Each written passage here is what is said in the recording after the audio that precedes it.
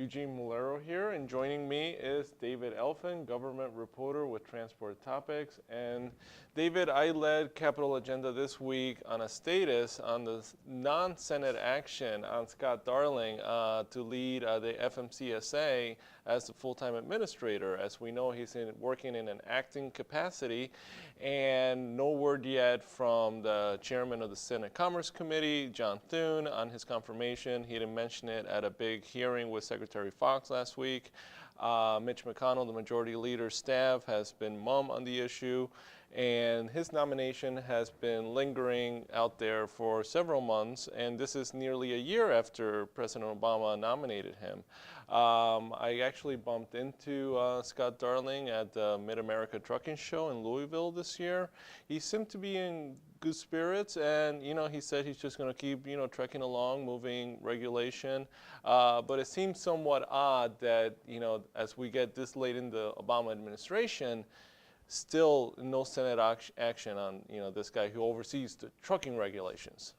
I saw Scott at Road Check last week in West Friendship, Maryland, and talked about it a little beforehand, before the event, and he said he's just going to keep doing his job for the American people. And it does seem like it's taking longer for Scott Darling to get confirmed than for the Cubs to win the World Series. That's right. But 7 months left in the administration. I think everybody knows it's not going to happen. Yeah, that's a good point.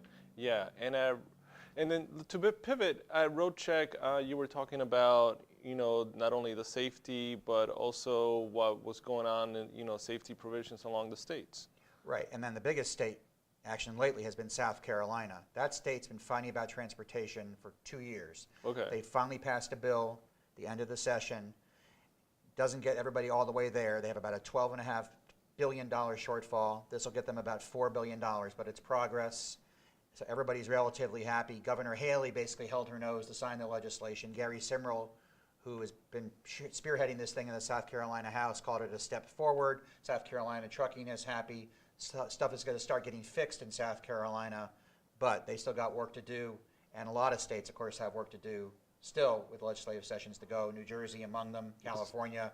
They're the last two real places, maybe Alaska, that could raise a fuel tax this year. Otherwise, it's going to be 0 for 11 raising fuel taxes, which is the biggest way to really fix our infrastructure in this country. The previous 3 years, 16 states did it. This year, nobody. We'll see what happens the rest of the summer. That's right, David. Thank you for that. And we're going to be watching your coverage on ttnews.com. And Capital Agenda comes out on Tuesdays. Thanks.